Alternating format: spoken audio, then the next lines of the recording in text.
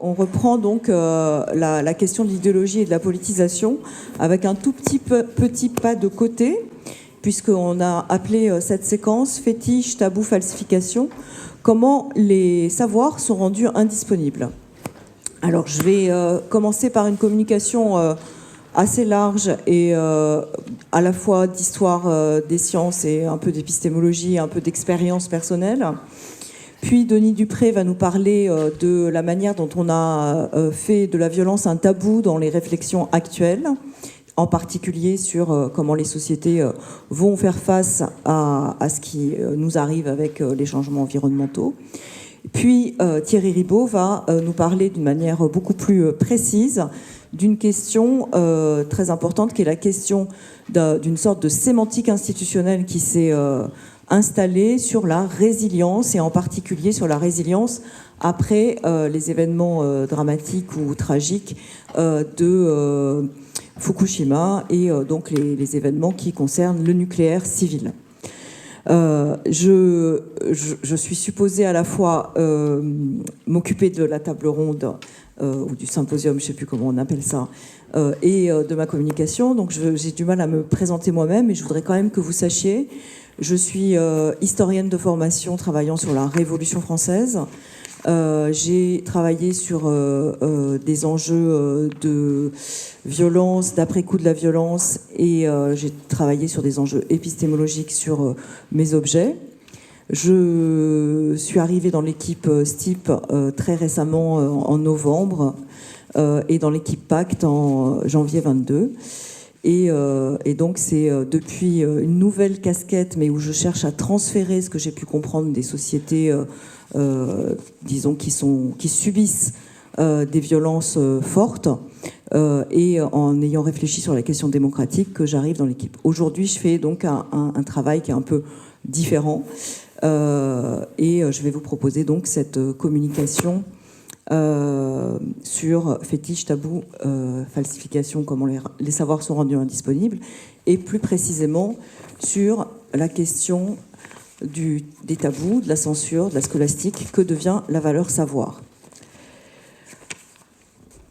Alors, j'ai choisi de vous parler dans un premier temps de la manière dont fonctionnent les dénis et les tabous, en tant que dénis et tabous ont comme source la peur de savoir, de faire savoir, et la peur de ce que j'appelle le schisme à l'intérieur de la communauté.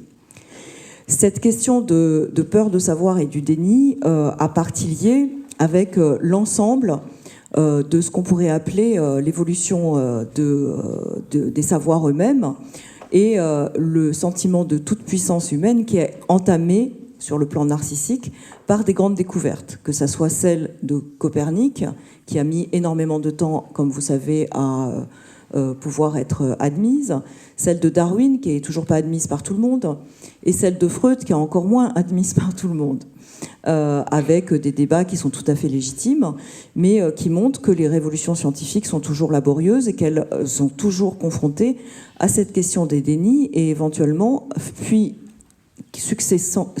d'une manière successive au déni, à des tabous qui s'installent dans la communauté.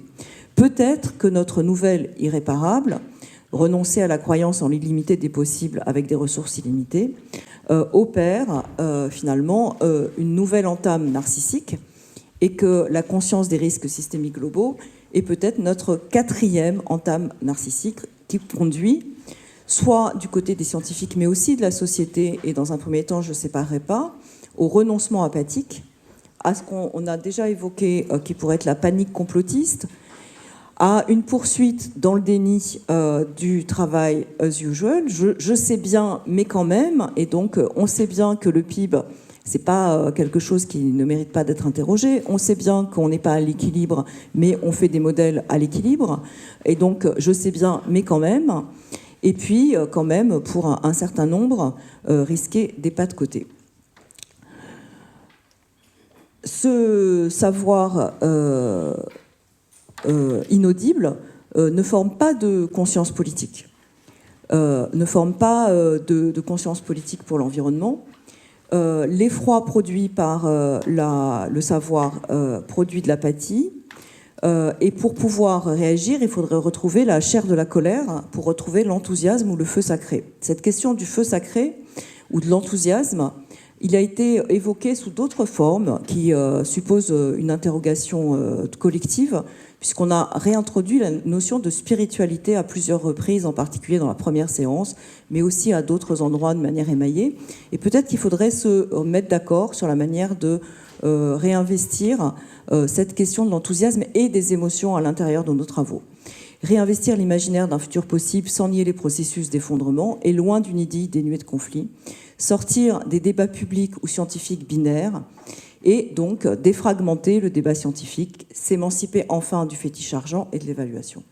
Alors je reviens sur les sources des tabous. D'après ce que j'ai dit tout à l'heure, les tabous sont à la fois liés à des configurations mentales de l'ensemble de la société et des individus. La peur, elle peut être collective ou individuelle, et la réaction à la peur aussi. Ces tabous, en fait, sont internes au monde savant, puisque les mondes savants génèrent aussi des tabous, comme je viens de l'évoquer. Ces tabous sont liés aussi à des enjeux financiers, puisque les moyens sont donnés aux totems et non aux tabous.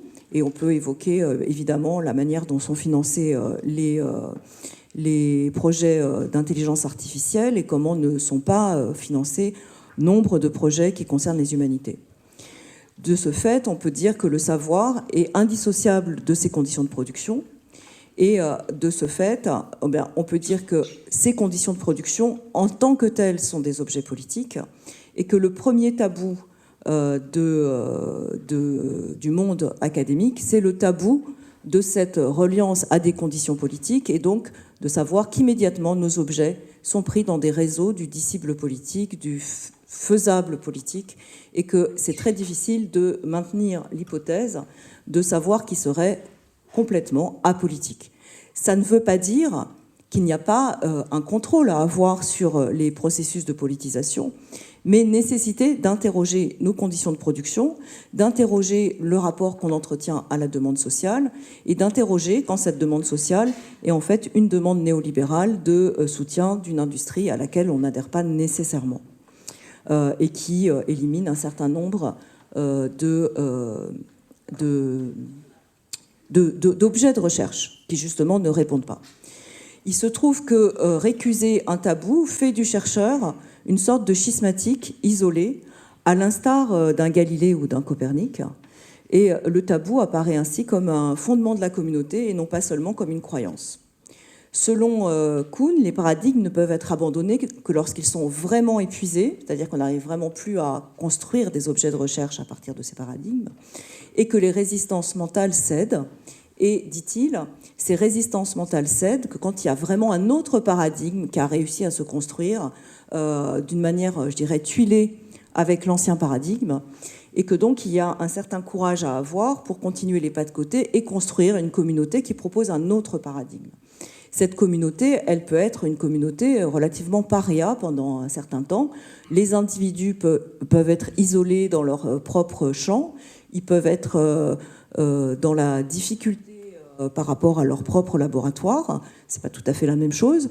Et donc, il y a vraiment quelque chose à interroger sur la manière de se donner les forces d'aller vers un autre paradigme. C'est pas quelque chose qui est évident. Il s'agit pas de se lever un matin en disant « mais oui, c'est sûr, on n'est pas à l'équilibre et il faut plutôt travailler sur les déséquilibres », comme disait Marc Chenet hier. Mais c'est pas évident si on est dans un laboratoire où tout le monde travaille sur une hypothèse ou de l'économie à l'équilibre. Nous ne sommes pas les employés de l'université, nous sommes l'université, disait Olivier Beau à France Culture. Et cette question mérite d'être analysée parce que nous avons évidemment ces questions d'isolement et de difficulté, parce que nous fonctionnons encore.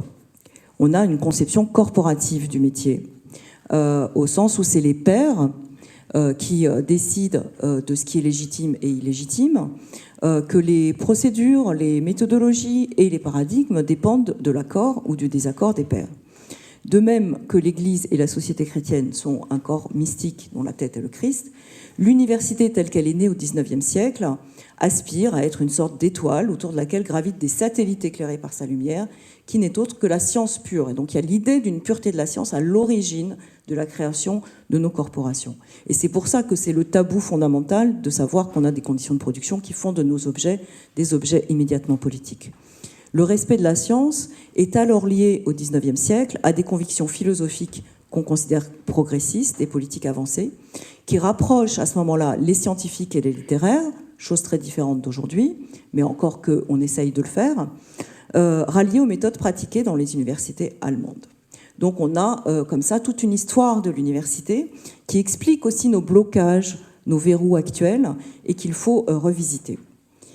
Donc courage pour pouvoir faire face à l'admis, et donc nous savons que l'acceptable scientifique bouge très lentement. Toute science est contrainte par l'historique, et la quête de vérité, c'est ce qui va m'occuper maintenant, ne peut se confondre avec la quête d'accréditation, ou le consensus, même en sciences, et même en sciences dures. Je vais prendre deux exemples qui sont pour le coup des exemples d'expérience et des exemples aussi qui sont assez connus, mais que je vais essayer de déployer un tout petit peu plus. En histoire, le tabou par excellence, c'est l'anachronisme, c'est le crime par excellence. L'anachronisme, c'est utiliser des savoirs actuels sur la société et les projeter sur le passé. Et ça, c'est vraiment le crime majeur qu'on apprend dès la première année en histoire. Ce crime majeur conduit à abandonner toute conception de passage entre les temps. Or, un savoir historique qui ne reviendrait pas vers le présent ne servirait à rien pour les hommes du présent, et on se demanderait pourquoi faire de l'histoire si ça ne nous sert à rien. Au sens social, au sens construction du sujet humain, et donc il y a bien quelque chose à interroger, y compris dans la dimension culturelle simplement, de ce qu'on rapporte vers le présent. Si on se demande ce qu'on rapporte vers le présent, et si on peut rapporter quelque chose vers le présent, c'est bien qu'on a emprunté quelque part quelque chose au présent pour aller vers le passé. Ce qui fait qu'à un moment donné, ça fait pas très longtemps, mais elle s'est appuyée elle-même sur des objets plus anciens. Nicole Laureau, qui est une historienne de l'Antiquité grecque et d'Athènes en particulier, a écrit un article qui était un article vraiment frondeur, qui s'appelle « Éloge de l'anachronisme en histoire ». Et elle explique qu'elle a travaillé sur l'amnistie des 30 à Athènes parce qu'elle était choquée par l'amnistie de Paul Touvier. Et que c'est parce qu'elle était choquée par l'amnistie de Paul Touvier, donc par un événement historique précis, qu'elle se demande comment faire, et elle se dit que finalement travailler la question non pas dans le présent chaud, mais en choisissant un laboratoire éloigné, elle va pouvoir apaiser sa colère, non pas la dissoudre, mais l'apaiser, et pouvoir ouvrir un laboratoire avec l'histoire en analysant comment fonctionne l'amnistie. Je ne vais pas insister sur l'amnistie très longtemps, mais du coup, elle part du présent, elle ouvre le laboratoire, elle revient. Ce laboratoire historique sur l'amnistie, il répond à toutes les règles procédurales du métier d'historien. Mais ce qu'elle introduit en plus, c'est le fait qu'elle reconnaisse que la question qu'elle a ouverte vient de préoccupations qui l'inquiètent, qui lui donnent des émotions, que son métier d'historien le connaît, donc elle sait bien travailler sur ses sources antiques, et que son métier d'historien, une fois qu'elle a trouvé des choses, et elle trouve vraiment beaucoup de choses très intéressantes sur l'amnistie, elle revient pour expliquer que la notion même de démocratie a été transformée par les usages de l'amnistie, et qu'on est sorti de l'idée d'une capacité du démos, excusez-moi, à lutter contre les aristocrates, à une conception qui est une conception beaucoup plus terne du politique, qui est une conception simplement de l'état de droit, dans la manière de traduire politeia, ce qui n'est pas une très bonne traduction. Cet anachronisme, donc, il existe depuis au moins le livre de Marc Bloch, L'étrange défaite, donc sur la guerre de la Seconde Guerre mondiale. Il a existé avant, avec Irénée Maroux. Il a existé dans des pratiques comme ça, un peu isolées. Et puis, il y a ce gros article qui a conduit à beaucoup discuter sur l'anachronisme. Je considérais, pour avoir travaillé toute ma vie avec cette question de l'anachronisme contrôlé, parce qu'elle ajoute le mot « contrôlé » par la procédure, Et j'ai présenté une analyse de livres dans un laboratoire de l'École des hautes études en sciences sociales, le CRH, sur les poubelles du XVIe siècle au XVIIIe siècle. Ce livre sur les poubelles du XVIe siècle au XVIIIe siècle, toutes les questions qu'il pose, y compris sur les communs, sur le recyclage, sur etc., sont des questions issues de nos problèmes actuels. Vraiment, toutes les questions. Il y a 20 ans, on n'aurait pas pu écrire un tel livre.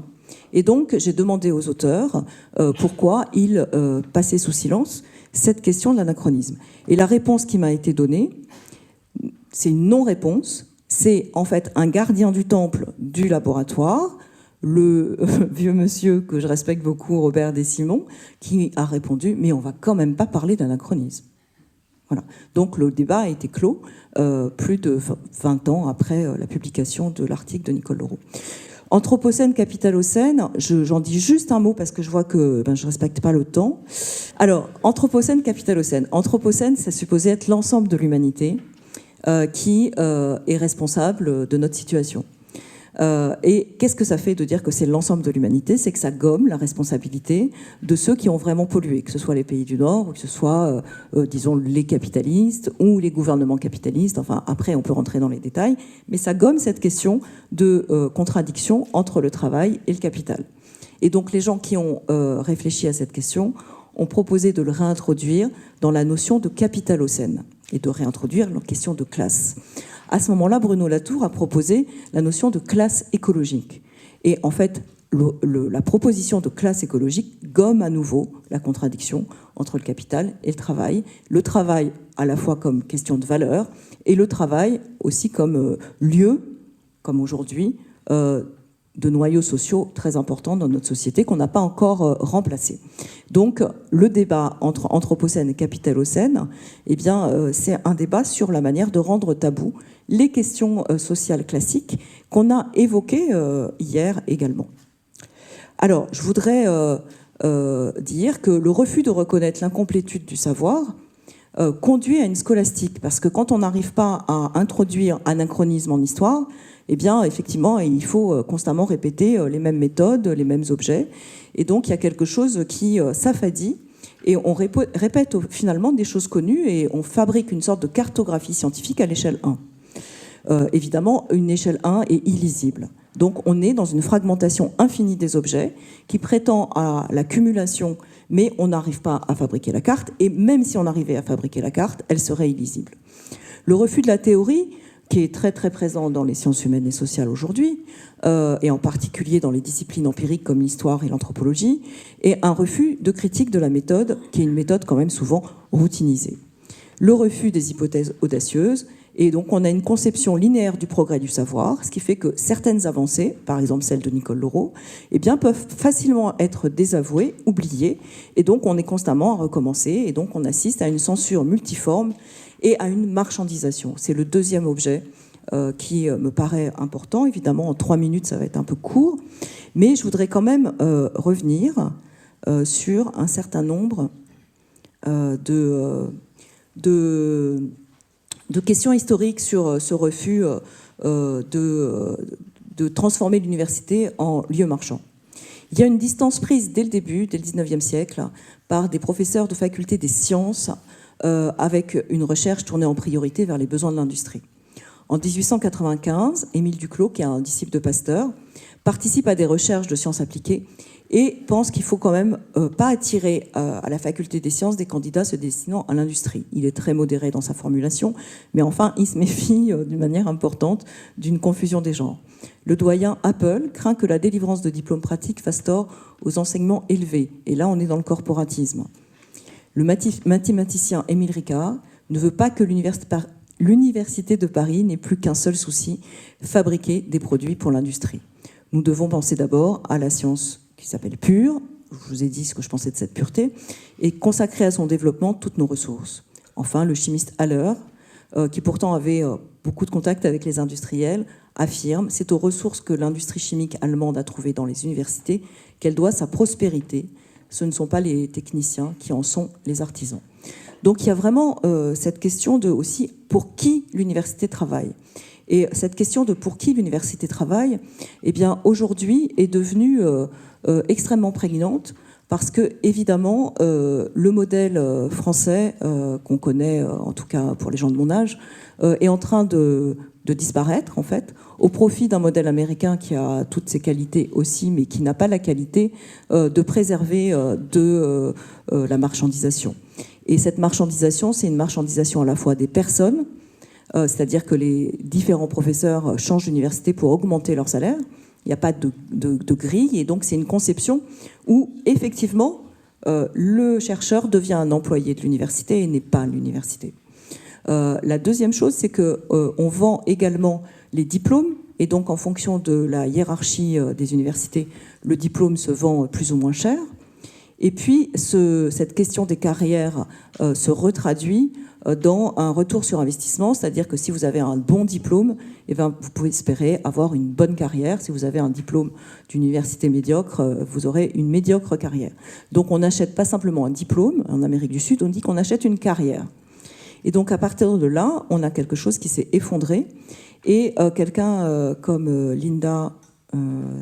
je vais oublier son nom. C'est une éditrice américaine qui a fait un livre qui s'appelle L'éclipse des savoirs, qui est paru chez Alia dans sa traduction. Et elle affirme qu'aujourd'hui, dans ce contexte, pour ne pas se faire d'ennemis dans cette affaire de carrière et de retour sur investissement, eh bien, en fait, les chercheurs ont délégué aux éditeurs la possibilité de valider les recherches par la publication. Et qu'en conséquence, les chercheurs n'exercent plus leur faculté de juger. N'exerçant plus leur faculté de juger, ils ne sont plus dans le débat.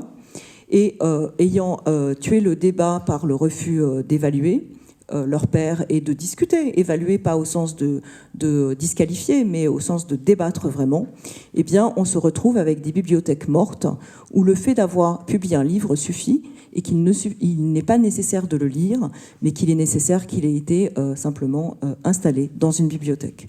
Donc on est dans une baisse de la lecture, y compris en sciences humaines et sociales, et dans quelque chose qui empêche effectivement de produire des débats autres que des débats binaires qu'on peut observer dans différentes arènes, y compris médiatiques bien sûr, qui sont par exemple nucléaire contre éolienne, ou neutralité axiologique, ou engagement militant.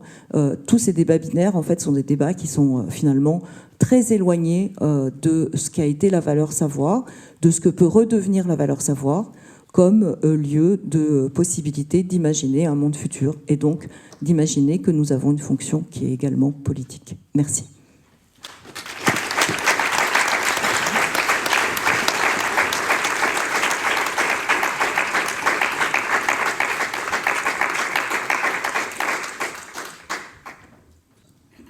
Denis Dupré. Certains le connaissent bien, mais d'autres non. Professeur de finance éthique, qui a travaillé très longtemps, jusqu'en 1998, dans divers organismes bancaires. Donc il a une expérience forte de ce qu'est la réalité du monde bancaire. Et il est enseignant-chercheur en finance, éthique et développement durable à l'Université de Grenoble. Il est l'auteur de nombreux articles et ouvrages en finance, économie financière, éthique et écologie, et propose de mieux comprendre les enjeux sociaux, écologiques et politiques de nos actions. Crise et éthique de l'action, c'est le titre de son site. Il a été invité dans différentes universités, notamment à Shanghai, à Belo Horizonte et à Genève. Il est ingénieur diplômé de l'école des mines de Douai, titulaire d'un DEA de gestion de l'université Paris-Dauphine, titulaire de l'habilitation à diriger des recherches en gestion de l'université Grenoble 2. Et il est également membre du collectif Stop Évasion Fiscale. Merci Sophie. En t'écoutant parler sur les tabous, je me suis dit là, je faisais face à un challenge freudien, quoi. Parce que la question comment parler sans tabou sur les tabous, alors là, j'étais perdu dans mes pensées et je redescends sur terre. Alors là, je vais vous parler des tabous, mais je vais vous parler du rôle particulier de la violence dans une science des effondrements. Quelque part, on parle tout le temps d'effondrement, nous, mais on parle jamais de violence, ou c'est un peu caché. Alors, est-ce que c'est un tabou ? On va voir ça. Alors, c'est un article que j'ai écrit avec Jean-Yves Courtonne, Serge Fenet, Guillaume Mandil. Du coup, ils m'ont laissé le présenter. Alors, au début, je me suis dit, c'est super, c'est sûrement que je suis le plus posé, le plus raisonnable de la bande. Pas évident, peut-être. Puis après, peut-être, je me suis dit, je suis le plus malin. Bon. Et puis, hier, quand j'ai relu l'article, j'ai enfin compris pourquoi. c'est que dans l'annexe de l'article, alors lisez l'article, il est super, il y a une annexe sur l'insurrection. Et alors on va discuter ensemble et puis vous allez peut-être vous dire, ah ben ce gars-là, il prône pas un peu l'insurrection? Et là vous comprendrez dans l'annexe que l'insurrection, à la Révolution, ils ont dit l'insurrection est le devoir des citoyens. Si ça va pas, il faut l'insurrection. Puis après ils ont oublié de l'inscrire définitivement. Bon, on ne sait pas pourquoi. Après Napoléon, il n'aimait pas trop l'insurrection, hop, en case-prison. Et puis il y a 15 ans, on a renforcé la chose, et c'est même l'incitation indirecte à l'insurrection. Et bien là, c'est 5 ans de prison et 300 000 euros d'amende. Donc je comprends que mes collègues et néanmoins amis, finalement, m'aient laissé présenter. Alors, la violence, elle n'a pas toujours été tabou. Hein. Sorel, qui est 19e siècle, qui est un marxiste convaincu, il a expliqué, là je vous fais le schéma de Marx, c'est un classique, voilà les violences. C'est clair, c'est les dominants qui l'exercent sur les dominés, et le fait qu'ils réagissent et qu'ils fassent l'insurrection et qu'ils veulent prendre le pouvoir, c'est pour Sorel une réaction complètement légitime, la violence est complètement légitime. Alors vous voyez, là c'est le cas de Marx. En fait, j'ai rajouté quelque chose qui n'existait pas du temps de Marx, c'est la nature. S'il y a une violence dans ces deux sens, il y a aussi, si j'ai mis la nature autour, j'ai un peu exagéré, mais on a dit qu'il y a quand même des pressions de la nature sur les êtres humains, et puis les êtres humains font des pressions sur la nature. Et ça, c'est pas les mêmes. Donc les flèches, là, il y a les mêmes tailles, mais c'est pas les mêmes. Il se trouve que la nature exerce plus de pression sur les dominés. Si moi j'habite les Hautes-Alpes et qu'il fait encore frais, vous allez voir que d'ici quelques années, c'est plutôt les riches qui sont dans les Hautes-Alpes, et les pauvres, ils sont dans les endroits où il fait très chaud. C'est déjà comme ça dans les pays du tiers-monde. Et donc, clairement, la pression n'est pas la même. Et puis, ce que les hommes exercent sur la nature, c'est pas non plus la même force et la même pression. On vous a raconté hier que quelqu'un qui va sur la Lune, c'est son objectif, sa consommation, ce que disait Marc Chenet, c'est je ne sais pas combien de milliers de fois notre pression sur la nature. Donc, quelque part, cette violence, elle est partout. Alors, cette violence, elle était affichée. Aujourd'hui, je vous ai dit qu'elle est interdite. C'est une partie de la violence, ça pourrait être l'insurrection, c'est la casse-prison. Et du coup, on va réfléchir à ces questions de tabou. Alors, pour réfléchir à ces questions de tabou, moi, mon grand copain, c'est Castoriadis. Et du coup, c'est assez facile d'aller puiser chez lui pourquoi il y a des tabous. Alors, en fait, ce qu'il dit, c'est très simple. Ce qu'il dit, c'est que toutes les sociétés, alors qu'on appelle primitives ou pas, ou même les civilisations, elles se créent parce qu'il y a un imaginaire radical d'un collectif. Donc, une imagination radicale d'un collectif. Et on voit que cette imagination, elle est très florissante parce qu'une culture ne ressemble pas du tout à une autre. C'est des organisations complètement différentes. Et donc, à un moment donné, ça se cristallise, on est d'accord, on crée des façons de faire. On crée des façons de faire, ce qu'on appelle, ce qu'appelle Castoriadis des institutions. Et du coup, des institutions et des lois, c'est des façons de vivre ensemble, organisées. Et ces façons de vivre ensemble organisées, on ne va pas en changer, parce qu'en même temps qu'on a créé ces institutions, on a créé les tabous pour pas que ça bouge. Et du coup, en général, c'est les dieux. Quelque part, si la société est organisée comme ça, c'est parce que les dieux ont dit qu'il fallait l'organiser comme ça. Et si on ne fait pas comme ça, il y a les dieux qui sont fâchés. Et donc, la compréhension du monde, elle se fait à travers les tabous qu'on a créés. Et les institutions et les lois, elles sont faites que pour une chose, comme on verra après le dialogue, c'est fait pour agir sur le monde.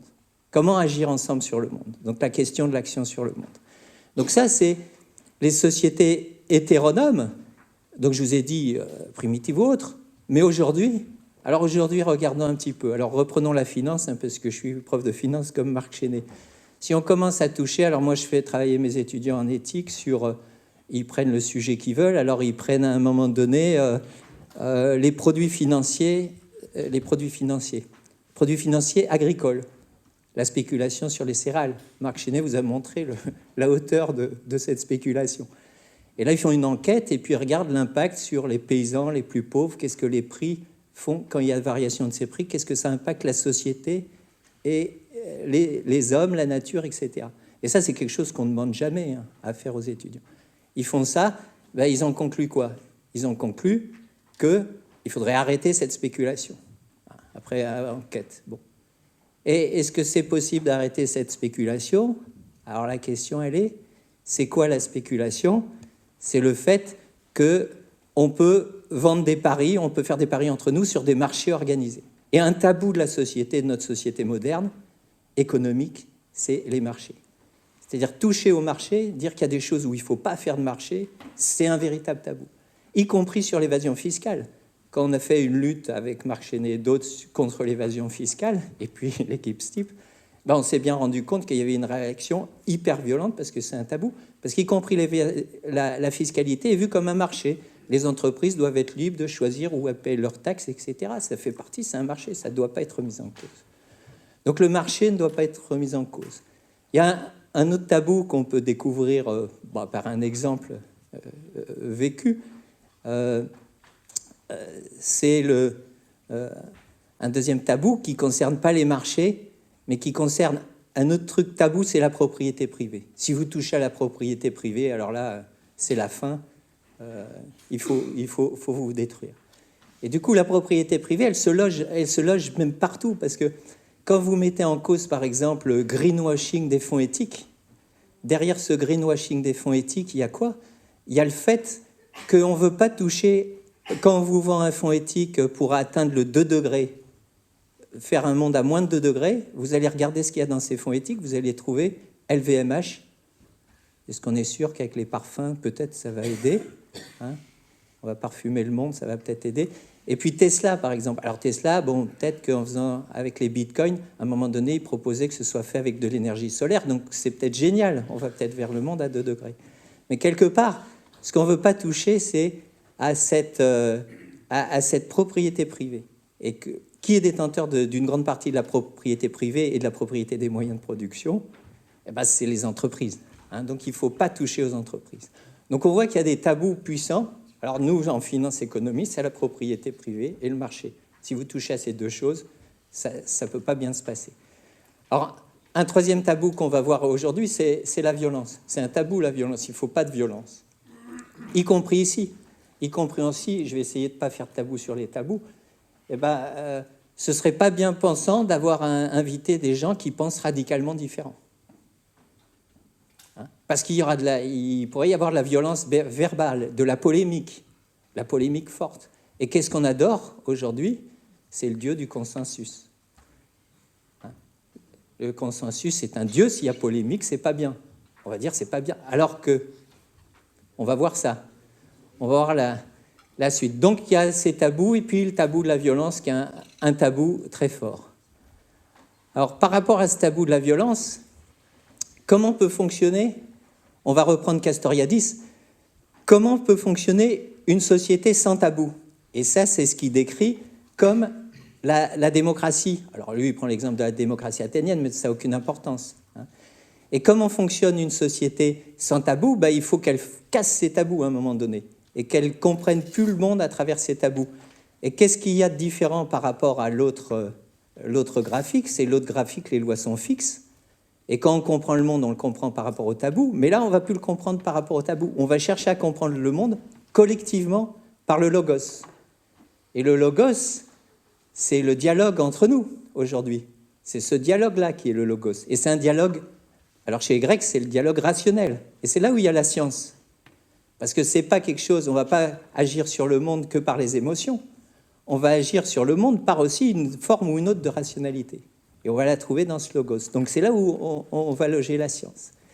Et quelque part, cette histoire de créer cette discussion va nous permettre de faire changer les lois. Et les lois deviennent évolutives. On va dire, ah bon, finalement, là, on est d'accord collectivement pour faire autrement. Et par rapport à notre système d'effondrement, c'est un mécanisme comme ça qui est un mécanisme créateur.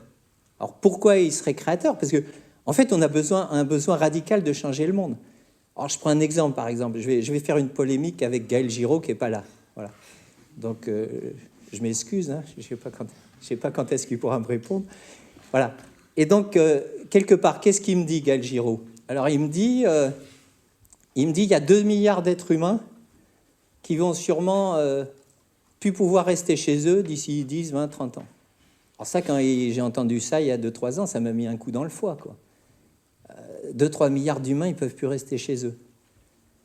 Donc vous voyez bien qu'après, on se pose des questions. Soit ils viennent chez nous, soit ils meurent chez eux. Il n'y a pas de 36 solutions. 2-3 milliards, c'est quand même énorme. Ça voudrait dire que si on prenait la quote-part de la France, il faudrait qu'on passe de 60 millions à 80 millions pour les accueillir, si chacun prend sa quote-part. Donc c'est quelque chose de colossal, qui ne sera pas sans violence non plus. Donc vous voyez qu'à un moment donné, il y a cette possibilité-là, où quelque part, on voit de la violence future. Et puis, moi, je peux proposer un monde plus radical où je dis, ben voilà, je dirais, ben, tiens, pourquoi pas, si on est 98% à pas être d'accord avec continuer comme ça pour arriver là, on fait une insurrection et puis on met en place une société sobre et égalitaire. Alors, pas que égalitaire, mais radicalement égalitaire et radicalement sobre. Et là, peut-être, on va éviter ces 2 milliards soit de morts, soit de problèmes de violence. Donc, quelque part, il va falloir qu'on pèse collectivement cette violence. Il y a peut-être de la violence à faire ça, parce que même si 98% des gens sont d'accord pour ça, c'est pas pour ça que les 1% des oligarques sont d'accord pour ce projet-là. Imaginons qu'ils ne soient pas d'accord, et imaginons que les 98% soient d'accord. À un moment donné, il faut prendre le pouvoir. Et puis, il y a quand même une violence. Prendre le pouvoir, imaginons qu'on mette tous les gens contre du pouvoir, et puis qu'on soit tous d'accord à 98% de cet autre monde, on prend le pouvoir, on les met au château de Versailles, tous, de des super bonnes conditions, mais on leur enlève leur portable. On leur enlève leur portable, tout moyen de communiquer. Oh, c'est pas tellement violent vu par nous, mais vu par eux, ça peut être hyper violent. Donc, quelque part, on voit bien que dans ces changements structurels, on va avoir plusieurs chemins pour aller vers des mondes différents. Le monde A, le monde B, le monde C. Chacun de nous aura un imaginaire différent. Et peut-être qu'à un moment donné, ça va se cristalliser pour aller vers un autre monde. Mais en tout cas, s'il y a une science des effondrements, pour moi, elle va porter aussi sur cette pesée de la violence. C'est-à-dire estimer quelle violence il y aura dans différents mondes futurs. Si on continue le business as usual, quelle violence on aura dans le futur. Si on fait autrement, quelle violence il faut pour ne pas faire le business as usual, pour passer vers une autre structure de monde. Donc cette question de la violence est centrale. Alors, là, je pourrais vous donner 1000 exemples de violence. On n'a pas le temps. Comme je suis le maître du temps, il me reste encore 7 minutes. Et du coup, je vous donne un petit exemple fictif pour finir et puis pour voir comment on peut faire une science de l'effondrement. Quelque part, on peut essayer de mesurer l'impact. Prenons un exemple très très simple, caricatural. Supposons qu'il y ait 10% de plus riches, 80% de gens ordinaires et 10% des moins riches, pour ne pas dire des pauvres. Et puis, supposons que leur mode de vie, c'est 12 pour les moins riches, 20 pour la classe moyenne et 100 pour les plus riches. Bon. Et qu'à 10, c'est la limite de la survie. En dessous de 10, on ne survit pas, on meurt. Et puis qu'on a 3 décisions possibles. Une décision 1, une décision 2, une décision 3. Alors vous voyez bien, chaque groupe va avoir son choix. Le groupe des plus riches, il va voir que si on prend la décision 3, et il passera d'une richesse de 100 à une richesse de 30. Je veux dire, c'est une catastrophe pour lui. Et par contre, les plus pauvres, ce qu'ils vont voir, c'est que seule cette décision 3 leur permet de ne pas mourir. Donc vous voyez, là c'est chaud. Mais on peut voir que dans des exemples actuels, je pourrais vous prendre des exemples sur l'alimentation aujourd'hui, c'est chaud. Il y a des gens qui meurent de faim. Et les trucs, est-ce qu'on continue à faire du biocarburant pour nos avions en disant qu'ils sont écolos et que maintenant on fait du voyage écolo parce que du coup on a piqué de la nourriture aux plus pauvres? Bon. Et puis est-ce qu'on nous pose la question, est-ce que si on mange moins de viande aujourd'hui, est-ce que si je fais 20% de moins de viande, est-ce que cette économie de céréales, elle ira à un plus pauvre pour le nourrir? Est-ce qu'on ne peut pas faire une structure qui fasse ça? Enfin, ces questions, elles sont concrètes. Alors, on propose du coup, on propose 2 schémas de la science. Un qui est réformateur et qui est basé sur la vision de Castoriadis des sociétés hétéronomes, c'est-à-dire on met pas en cause radicalement les choses, et une qu'on va appeler démocratique, où on peut rediscuter de tout le temps et ensemble. Alors, sur cette question-là, supposons qu'il y ait des influenceurs, alors, les influenceurs qui influencent la science. Alors, si les influenceurs sont que les plus riches, alors vous voyez bien qu'ils vont influencer l'institution de la science et ils vont dire on étudie les décisions 1 et les décisions 2. Je veux dire, il ne va pas aller étudier la décision 3, qui est trop pénalisante. Alors pourquoi peut-être il étudie la décision 2 ? Parce qu'il finalement il essaye de tenir compte un peu de l'intérêt des classes moyennes, où les classes moyennes font un peu pression. Donc on étudiera que les questions 1 et 2. Et donc l'institution de la science, elle va regarder l'impact sur les influenceurs de ces affaires-là, et puis sur les non-influenceurs. Et puis du coup, en fonction de ça, on va réformer ou pas nos institutions, et en gros, ça va toujours être positif pour les influenceurs et pour les non-influenceurs. Donc ça, c'est le schéma actuel de la science. Et celui qu'on propose, c'est un schéma démocratique où, du coup, c'est des citoyens, dans peut-être des conventions citoyennes permanentes, dans tout ce que vous voulez, qui du coup, définissent quelles sont les décisions possibles. Et là, ils mettront à l'ordre du jour, à l'agenda, qu'il y a aussi la décision 3 qui est possible. Décision 1, 2, 3. Et puis, c'est eux qui disent quelles sont la grille d'impact qu'ils veulent voir. Ils vont dire, oui, nous, on veut voir cette grille d'impact qu'on a vue, l'impact sur les plus pauvres et les plus riches et les classes moyennes. Alors qu'actuellement, ce n'est pas ça qui est fait. On ne regarde pas l'impact sur les plus pauvres ou marginalement. Mais donc, ils auront d'autres questions. Donc, ils auront d'autres grilles d'impact. Ils demanderont que la science travaille pour leur donner des informations sur d'autres grilles d'impact. Et par exemple, ils demanderont les impacts sur les citoyens et les impacts sur la nature. Donc, c'est déjà une autre grille d'impact. Et ensuite, en fonction de ça, on va avoir des procédures de choix. Alors là, ça peut être mixte, représentatif et puis direct, que ce soit des votes, ça peut être un mix de représentation directe, indirecte, tout ce qu'on veut. Et là, on réformera les institutions et derrière, on fera le suivi des impacts. Donc en fait, ce qu'on veut montrer, c'est comment, ce qu'on a voulu montrer, c'est comment les tabous et la question de la violence, de pas mettre de soi-disant ne pas interdire de parler de la violence, fait qu'on ne la gère pas et qu'on ne la pèse pas dans les décisions.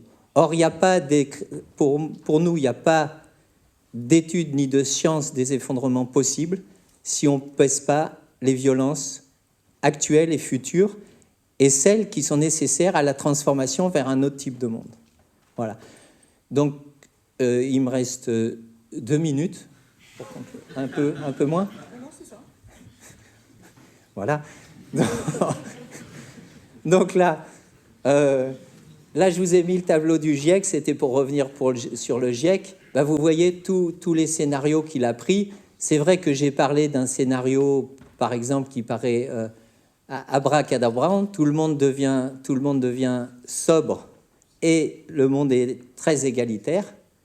Et ce scénario, il est jamais mis en place. Il n'est jamais exprimé.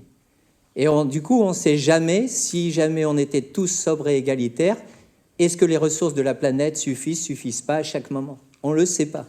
On n'a aucune information dessus parce que ce scénario, on n'en veut pas. Et on n'en veut pas pourquoi ? Parce qu'indirectement, on dit, pour arriver à ce scénario, il faudrait de la violence, de méchants révolutionnaires. Alors, vous voyez, je n'ai pas du tout prôné l'insurrection, ni quoi que ce soit. Donc, j'ai aucune chance d'aller en prison. On est tranquille. Je vous remercie.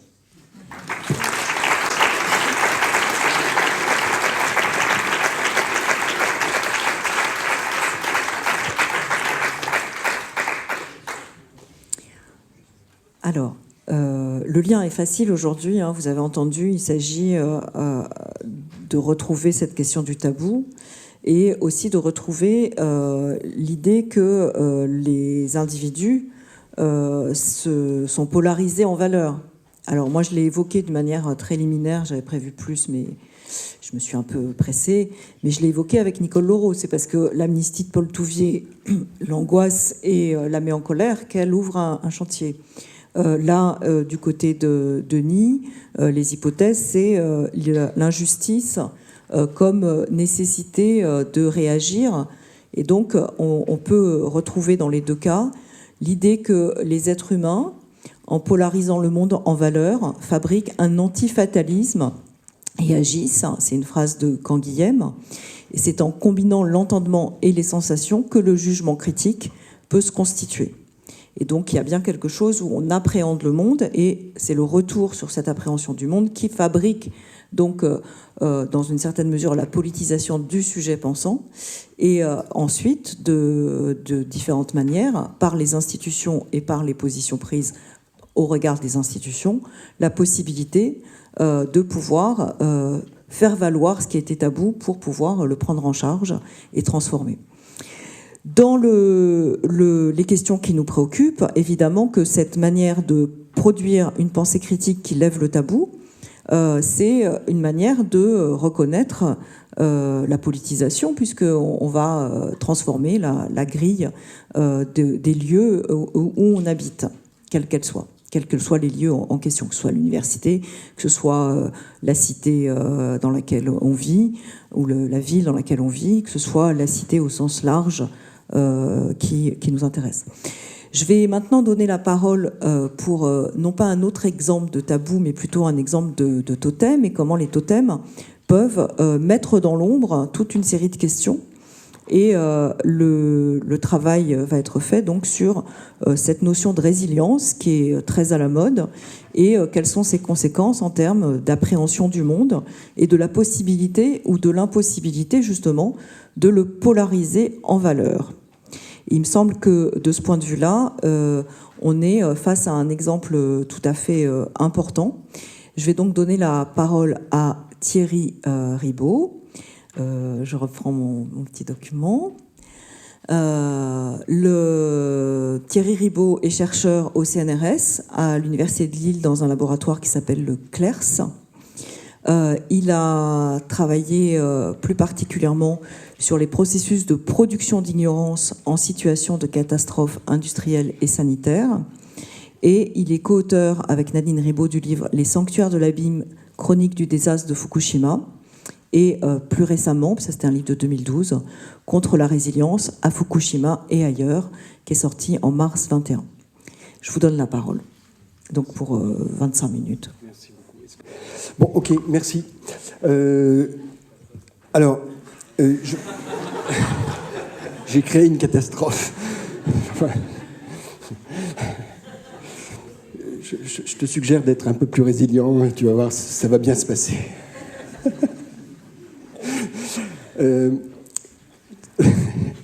Bon, il vaut mieux commencer dans la bonne humeur parce que c'est tellement infâme ce face à quoi on est quand on est devant des catastrophes et quand on voit tout le blabla qui surgit d'un seul coup sur l'événement. Et puis bien sûr, encore plus grave, les décisions politiques qui sont prises. Je parle bien sûr de cet accident nucléaire de Fukushima de 2011, mais je voudrais dire une chose d'abord. Donc j'ai vécu au Japon pendant 14 ans, et la dernière phase de mon séjour s'est déroulée entre 2008 et 2015. Et donc ponctuée par cet accident nucléaire. Ça, c'est une chose. La deuxième, ce qui ne me donne pas une légitimité particulière d'en parler, hein, mais en tout cas, c'est la réalité, ce sont les faits. Par ailleurs, j'ai créé à l'époque, fin 2011-2012, j'ai créé un laboratoire international associé au Japon, qui est en fait une structure franco-japonaise, toute petite structure avec très peu de sous, je vous rassure, qui permet en fait de mener des premières enquêtes, et surtout qui permet de créer en quelque sorte un réseau de recherche amenant éventuellement à des réponses à des appels d'offres plus importants en termes financiers, etc. Donc, ce laboratoire international associé que j'ai créé avec une équipe franco-japonaise, donc une toute petite, on était une petite dizaine, a duré. En fait, les modalités officielles, c'est 4 ans. Et en fait, la plupart du temps, ces structures au CNRS sont renouvelées 2, et la plupart du temps 3 fois, c'est-à-dire 12 ans. Cette structure, je vais être très bref sur l'histoire, mais c'est intéressant aussi parce que ça rejoint le débat d'hier, a été arrêtée net par le CNRS donc, après à peine 3 ans et demi.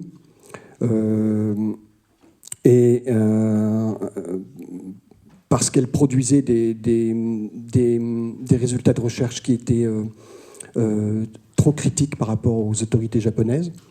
Et le CNRS ne pouvait pas supporter ça, car le CNRS... on a oublié hier...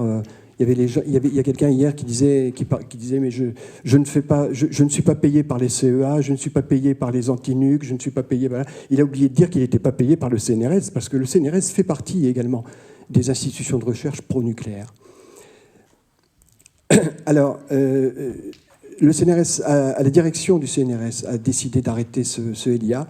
Elle l'a remplacé quelques mois après et elle a nommé un nouveau directeur à la tête de ce laboratoire international associé, un nouveau directeur venant du commissariat à l'énergie atomique. Voilà, c'était une petite anecdote que je voulais vous raconter quand même.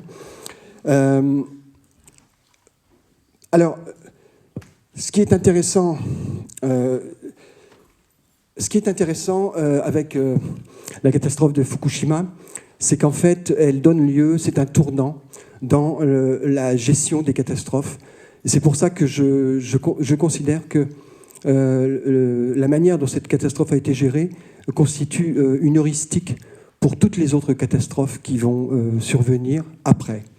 Bien sûr, et le cas du Covid me donne totalement raison, puisque, comme vous le savez, en France et ailleurs aussi, dès mars 2020 a été mise en place une opération résilience pour faire face au Covid. Et je vous raconterai aussi la suite des événements après. Mais, en tout cas, ce qu'il faut savoir, c'est que la résilience, ce n'est pas une mode, ce n'est pas un mot médiatique, ce n'est pas une notion à la mode, ce n'est pas un vain mot. C'est un outil d'action politique très solide. Le Japon, au lendemain du désastre de Fukushima, afin de pouvoir répondre à l'incapacité de résoudre les problèmes sur le terrain, parce que c'est une catastrophe encore en cours, hein, je vous le rappelle.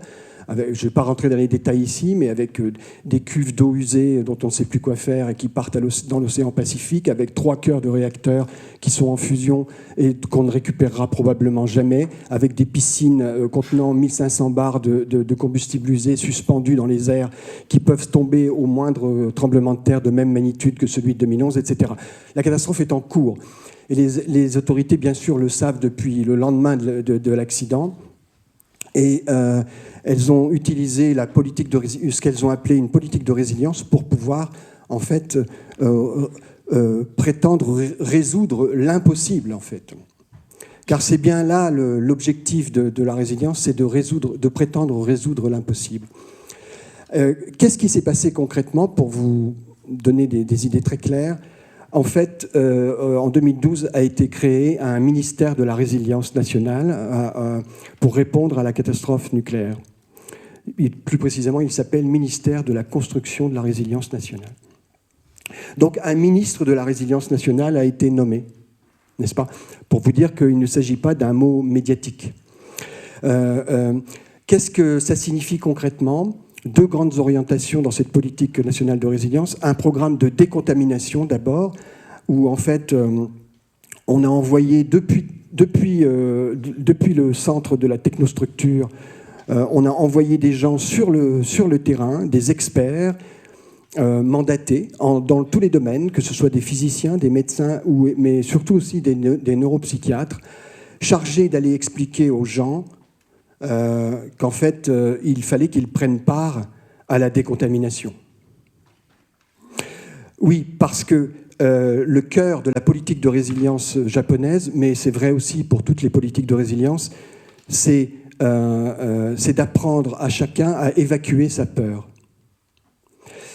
J'y reviendrai après, c'est ce que j'appelle un gouvernement par la peur de la peur. Alors donc un programme de décontamination qui a consisté à rendre les gens, chacun, co-gestionnaire du désastre et de ses dégâts. Et ça, c'est un élément clé de la politique de résilience. Autre élément fondamental, c'est la dite politique de retour, puisque 80 000 personnes ont été évacuées de force, entre guillemets, enfin obligatoirement. 80 000 autres sont partis d'elles-mêmes, 160 000. Je parle depuis Fukushima. Après, il y a eu d'autres évacuations d'autres villes en dehors du département de Fukushima. Je ne les prends pas en compte ici. Mais il y a un flou artistique sur le nombre d'évacués volontaires. Volontaire, c'est l'expression qui est utilisée par les pouvoirs publics. En tout cas, bon, 160 000, entre 160 et 200 000 personnes ont bougé sur une population de 2 millions de personnes, sur en fait une population de 10 millions de personnes qui en fait sont concernées par les retombées radioactives, qui en fait ne sont pas uniquement tombées sur le département de Fukushima, mais sur une dizaine de départements aux alentours, y compris sur le nord de Tokyo. Alors, mais toutefois, il y a une politique de retour. À peine la catastrophe venait-elle de survenir, à peine un système de subvention prenait vaguement forme pour aider les réfugiés. Il s'agissait notamment de subventions d'aide au relogement dans le département, parfois même des aides au relogement dans des zones plus polluées, plus contaminées que celles que les gens avaient quittées. Bon, ça c'est un détail, mais en tout cas, à peine avait-on mis en place cette politique d'aide au relogement pour les réfugiés, à peine avait-on mis en place cette politique de subvention, d'allocation mensuelle psychologique, car il n'y a jamais eu d'allocation dans le contexte de la catastrophe de Fukushima, d'allocation aux victimes données pour des raisons liées à la radioactivité. Il y a toujours eu des allocations liées au choc psychologique. Ça, c'est très intéressant. Vous allez comprendre pourquoi. C'est le fonds de commerce aussi de la résilience.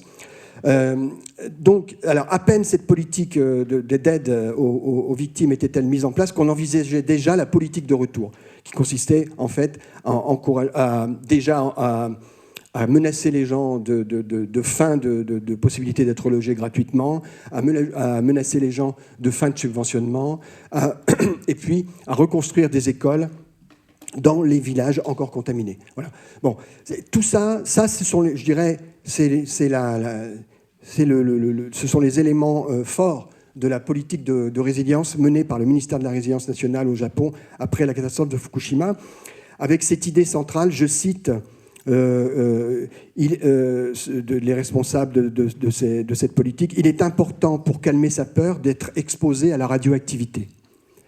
Parce qu'en fait, ça peut vous faire rire, mais en fait c'est tristement vrai. Parce que le fond du fond, depuis le début, ça a été de dire aux gens que le problème, ce n'est pas la radioactivité. C'est-à-dire, le problème, ce n'est pas la menace. Le problème, c'est la peur que l'on a de la menace. Et c'est là toute la force de la résilience qui consiste en fait à subjectiviser la catastrophe. C'est-à-dire que la catastrophe n'est plus un moment objectif qui survient dans l'histoire, avec un grand H, dans l'histoire de la société techno-industrielle. Ce n'est plus un moment objectif, ce n'est plus un... comment dirais-je oui, ça devient... Ce n'est plus quelque chose qui vous tombe dessus et dont vous n'êtes pas responsable, c'est quelque chose, en fait, auquel vous n'êtes pas préparé. Et c'est ça le problème. Le problème, c'est votre impréparation psychologique, notamment, face au choc. Donc, vous voyez le déplacement fondamental qu'opère la résilience à Fukushima et ailleurs, d'ailleurs. Voilà, ça c'est le tableau rapidement brossé par rapport à la catastrophe de Fukushima. Je dirais que... Moi, je voudrais insister sur un point, en fait.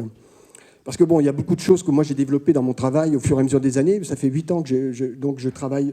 J'ai fait ce livre. Enfin, j'ai travaillé pendant 8 ans sur ce second livre, Contre la résilience à Fukushima et ailleurs. J'ai beaucoup travaillé notamment sur la dimension production de savoir et fabrique de l'ignorance dans le contexte de la catastrophe Fukushima. Je ne peux pas aujourd'hui là m'étaler là-dessus parce que ça serait un peu trop long. Je vais me concentrer sur un seul point, c'est cette idée fondamentale que nous apprend cette catastrophe. Et c'est en ça, je pense, qu'elle constitue un tournant dans la gestion des catastrophes à venir. Un tournant, et je ne pense pas que le tournant soit la catastrophe de Tchernobyl, où pourtant on parlait déjà de politique d'accommodation, il y avait déjà un travail sur les comportements qui a été opéré par des équipes européennes, notamment françaises, du commissariat à l'énergie atomique, en lien avec des gens de l'université de Caen, des psychologues, qui ont été envoyés durant les années 90 dans des programmes qui s'appellent Ethos, notamment. Ethos, c'est comportement. Ça n'a rien à voir avec logos, justement. On n'est plus du tout dans le logos. On est dans manipuler les comportements. On n'est pas dans faire éclater, faire naître le dialogue. Eh bien, ces équipes sont allées à Tchernobyl pour expliquer aux gens qu'il ne fallait pas manger de champignons, qu'il ne fallait pas brûler le bois qui avait été contaminé parce que les particules de césium ne peuvent pas brûler et qu'elles finissent par retomber. En fait, voilà, on leur apprenait des règles de comportement pour vivre avec. On était déjà dans le début de la résilience, mais il n'y avait pas officiellement de politique de la résilience. Il n'y a jamais eu, à ma connaissance, bien sûr, de ministère de la résilience dans le cadre de Tchernobyl. Fukushima marque un tournant fondamental pour ça, parce que là, la doctrine s'affirme. Et en fait, c'est une doctrine qui est héritée d'avant, hein, qui est héritée des catastrophes précédentes. Mais là, elle s'affirme, elle s'affiche, elle est, je dirais, elle est établie, elle est écrite, ça devient la Bible. Et d'ailleurs, ce n'est pas pour rien qu'en 2015, l'Organisation des Nations Unies, qui organise son symposium mondial sur les catastrophes, le fait à Sendai, au Japon, et intitule son grand symposium, résilience et gestion des catastrophes.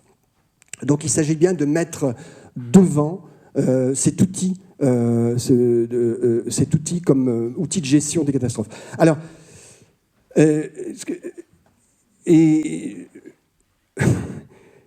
moi, ma thèse, la thèse que je développe, c'est qu'en fait, la résilience est une technologie du consentement, en fait. Ça veut dire qu'en fait, c'est un outil. Alors, technologie, ça veut dire qu'en fait, c'est à la fois c'est une idéologie et une technique. Voilà, tout simplement. Et elle permet, si je puis dire, d'administrer le consentement.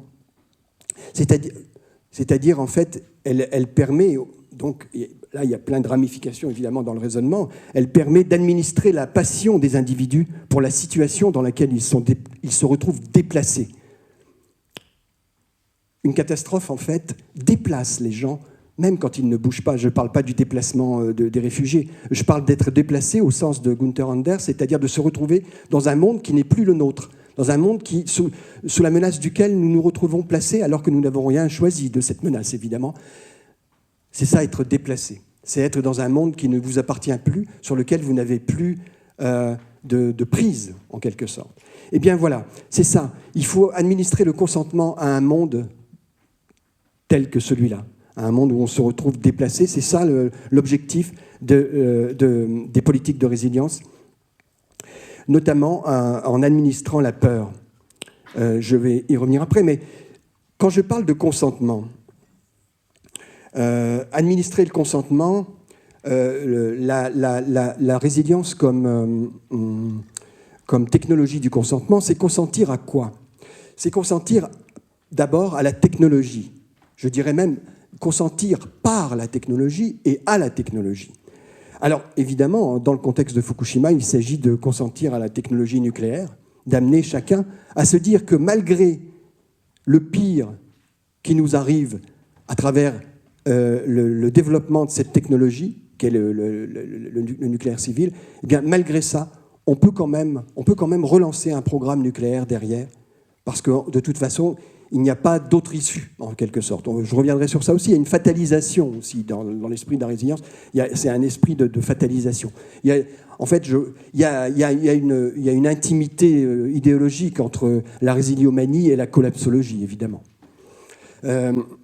Donc, consentir par et à la technologie, on pourrait parler aussi du consentement à la technologie vaccinale, qui en fait, dans le contexte de la catastrophe du Covid-19, qui n'est pas une crise, sert de cache-misère, en fait. La vaccination, on sait très bien qu'elle ne répond en rien aux problèmes des causes des pandémies dont on peut penser, même s'il y a des discussions là-dessus, qu'elles sont largement dues à un développement du techno-capitalisme débridé, quand même. L'agro-farming, la ferme industrielle en est le modèle. Et on voit bien que les vaccins n'ont jamais empêché les fermes industrielles de se développer. Bien au contraire, elles en entretiennent le développement. Alors, consentir par et à la technologie, consentir aux nuisances aussi, c'est-à-dire rendre incontournable, voire nécessaire, le fait de vivre avec le désastre et ses suites. Et voilà, ça c'est un élément important de la politique de résilience qu'on le retrouve en fait également à plein nez dans le contexte de Fukushima, où chacun est amené, et ça c'est la troisième phase du consentement, à la participation, c'est-à-dire à devenir acteur, comme on dit joliment, par la cogestion des dégâts, qui en fait déresponsabilise les responsables et rend coupables les victimes. Si vous avez mal à la tête, c'est parce que vous n'avez pas mis votre casque, en fait.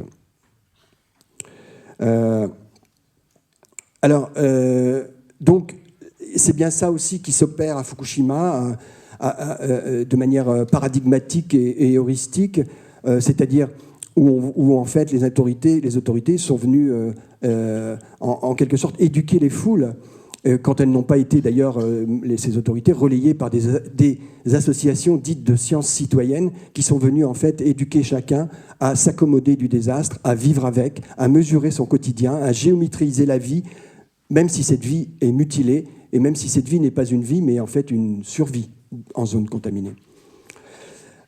Participer à ça, voilà. Consentir également à l'ignorance. Voilà ce que fait la politique de résilience. À consentir à l'ignorance en désapprenant à être affecté par ce qui nous touche au plus profond de nous-mêmes, par la santé notamment. Notre santé. Oui, parce que qu'est-ce qu'on apprend aux gens, en tout cas dans un contexte comme celui de Fukushima, c'est flagrant, c'est en fait à négliger en fait les bases scientifiques qui sont pourtant tout à fait connues et qui n'ont rien de secret, selon lesquelles toute exposition à la radioactivité entraîne des risques de cancer. Dès qu'on sort de 0 millisievert par an et par personne, on passe déjà on rentre dans des zones à risque en termes de cancer, n'est-ce pas ? Il n'y a pas d'immunité. Et la politique de résilience tendrait à finalement accréditer le fait qu'il y ait une immunité, en nous faisant consentir à l'ignorance du savoir de base. Et consentir enfin à l'entraînement, à l'apprentissage et à l'expérimentation de nouvelles conditions de vie qui sont induites par le désastre. Là, je ne vais pas vous faire un dessin. Il me semble que la catastrophe du Covid-19 et la manière dont elle a été gérée, en tout cas chez nous, montre admirablement comment nous nous sommes prêtés à l'expérimentation de nouvelles conditions de vie qui vont être très utiles pour les prochaines pandémies qui sont d'ailleurs annoncées par les pouvoirs publics. Alors, je ne sais pas combien de temps j'ai encore. 3 minutes. Bon. Alors, 3 minutes. 4, merci. C'est très gentil. En fait,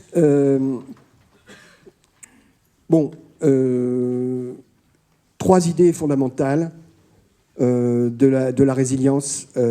C'est ne pas s'attaquer aux causes. Voilà, ça c'est le cœur. Surtout ne jamais s'attaquer aux causes des catastrophes.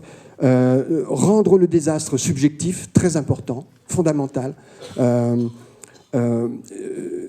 Aller même le rendre tellement subjectif qu'on peut même aller vers un éloge du sacrifice. C'est d'ailleurs exactement ce qui s'est fait à Fukushima, mais j'en parlerai peut-être dans les jeux de questions-réponses.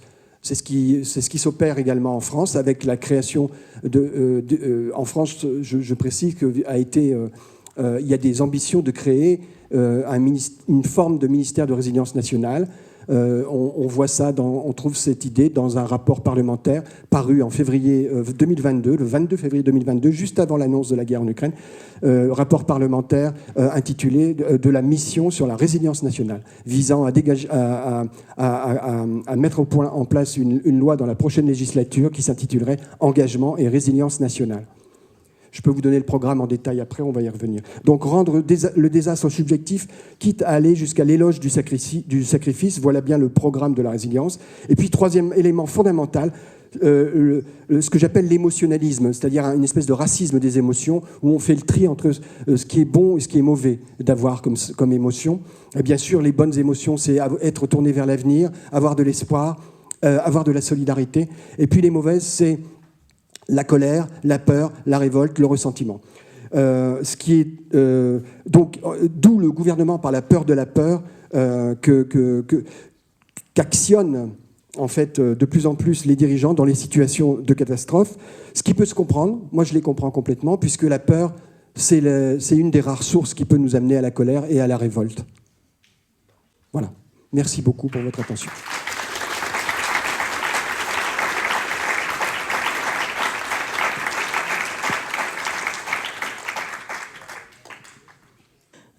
Je voulais juste poser une question à Thierry, moi, sur le fait que cette résilience est reliée dans votre propos à une vraie catastrophe majeure, mais qu'on l'a beaucoup utilisée pour des choses plus mineures. Et la description que vous avez faite de la domination rapprochée dans les circonstances de Fukushima ou du Covid, ça a été aussi utilisé pendant très longtemps dans les hôpitaux pour obtenir des femmes qu'elles avortent quand elles étaient enceintes d'un trisomique, par exemple. Ça a été utilisé quand on a détruit des immeubles, par exemple à Lyon. Il y avait une équipe qui venait voir les gens de manière rapprochée pour que ça se passe bien. C'est-à-dire qu'ils puissent assister à la destruction de leur lieu de vie sans révolte, justement. Il y a eu également, on pourrait multiplier comme ça, ce qui fait qu'en fait, on voit bien comment les choses ne surgissent pas d'un seul coup, mais qu'elles sont rodées dans des événements plus petits. Et donc la question, c'est où est-ce que la résilience pourrait également s'insinuer au-delà de la catastrophe nucléaire qui a été votre objet. Je réponds maintenant ? Bon, oui. S'insinuer. Je pense que c'est l'outil central des dirigeants actuels de gestion des catastrophes, puisque c'est pas pour rien. Juste une citation. Le numéro 2 de l'OMS en 2021, l'année dernière, avait déclaré qu'en fait, il serait probable il a dit, il est fort probable qu'on ne sortira pas de la crise du Covid-19, mais par contre, il faut absolument éradiquer la peur que l'on a du Covid-19. Donc on est bien dans une gestion par la peur, là aussi, de la part de l'OMS en tout cas, ce message est assez clair. Et puis si j'en crois le rapport que j'ai évoqué là sur le rapport parlementaire sur de la mission pour la résilience nationale, on voit bien qu'on est exactement dans le même type de discours. J'en donne un exemple. Je vais citer parce que c'est trop délicieux et puis je ne peux pas avoir ça de mémoire. Voilà ce que dit ce rapport. Nous avons tous le devoir de faire prendre conscience à nos concitoyens que le monde qui les entoure est un monde violent et qu'ils vont être rattrapés par cette violence très rapidement, quoi qu'il arrive. La violence. Et une fois ce vent, mais c'est pas la même que celle dont tu parles. Et une fois, ou peut-être, et une fois ce vent de panique. Alors donc, vent de panique, la violence est partout. Et une fois ce vent de panique semé, on a les mêmes auteurs qui nous disent plus loin. Il faut éviter que s'immisce au sein de la population des jeunes une peur du futur, car si ce futur est perçu comme hostile, comme menaçant, cela devient très problématique.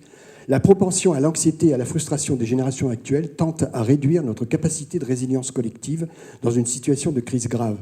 Alors, vous voyez bien, vous voyez bien le message, c'est double pensée, c'est-à-dire qu'à la fois il faut avoir peur, parce que c'est affreux, on est menacé de partout. La 5G, comment envoyer les satellites, il n'y a plus de place, le piratage informatique, enfin tout nous menace.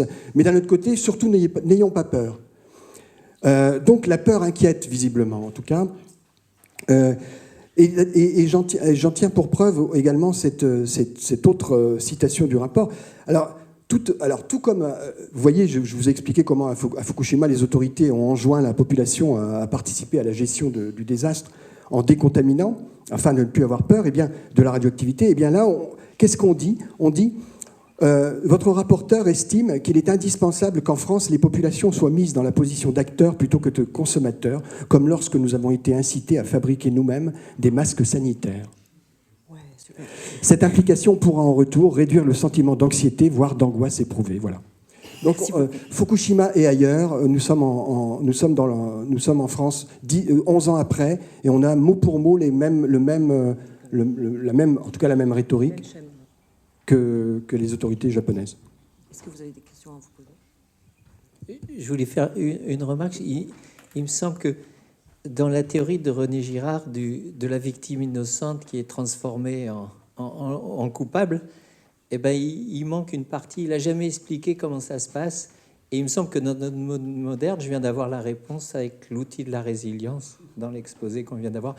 Alors, comme je suis pour l'égalité de temps de parole que je respecte jamais, je préfère passer les questions.